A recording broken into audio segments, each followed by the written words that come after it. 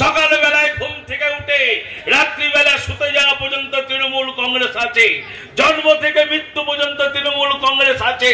আজকে একটা শিশু যখন জন্মগ্রহণ করে, জন্মানোর সঙ্গে সঙ্গে বাংলার তৃণমূল কংগ্রেস আজকে ৬,০০০ টাকা সেই মাতৃত্বজনিত কারণে সেই মার হাতে তুলে দেয় শিশুটাকে মানুষ করার জন্য। আর একটি গাছের চারা আজকে সেই শিশু যখন জন্মগ্রহণ করলেন, বাংলার তৃণমূল দিলেন ৬,০০০ টাকা। আবার যখন আপনি মৃত্যুর কোলে ঢলে যাচ্ছেন, আপনি যখন পরলোকে যাচ্ছেন, সেই সমব্যথী প্রকল্পে এই বাংলার তৃণমূল কংগ্রেস দিচ্ছে আপনাকে ২,০০০ টাকা।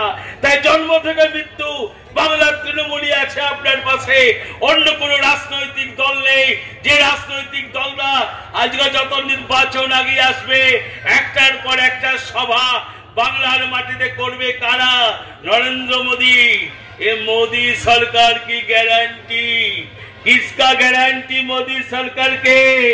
বছরে 2 কোটি বেকারের চাকরি দেব না, এটা আমার গ্যারান্টি।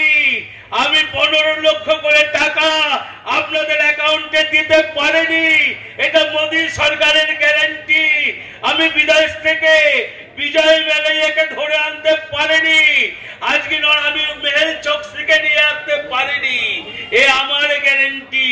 টিভির পর্দা যত খুলবেন ততই মোদি সরকারের গ্যারান্টি দেখবে। আজকে আপনাদের কাছে প্রশ্ন করছি, বছরে 2 কোটি বেকারের চাকরি হয়েছে?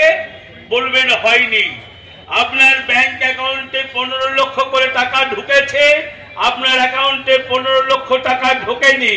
আপনি বিদেশ থেকে কালো ধন ফেরত আনতে পেরেছেন? ফেরত আনতে পারেনি।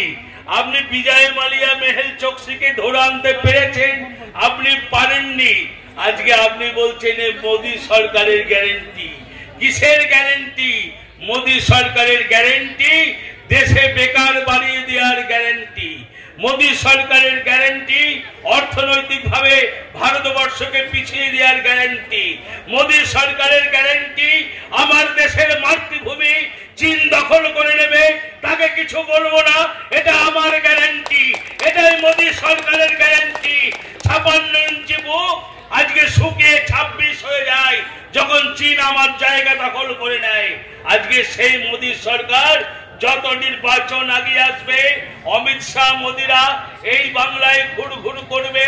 আর কয়েকজন মানুষ আছেন, আপনারাও জানেন ২০২১ সালের বিধানসভা নির্বাচনের সময় আমরা দেখতে পেয়েছিলাম তৃণমূল কংগ্রেসের সরকার চলে গেল। তৃণমূল কংগ্রেস আর ফিরে আসবে না। তৃণমূল কংগ্রেসের বহু বন্ধু পাঁচিলের ওপর দাঁড়িয়েছিল ঝাঁপ মারার জন্য। এই লোকসভা নির্বাচনের আগেও কয়েকজন তৃণমূল কংগ্রেসের নেতা আজকে যারা এদিক ওদিক করার চেষ্টা করছে, এডাল ওডাল ধরার চেষ্টা করছে।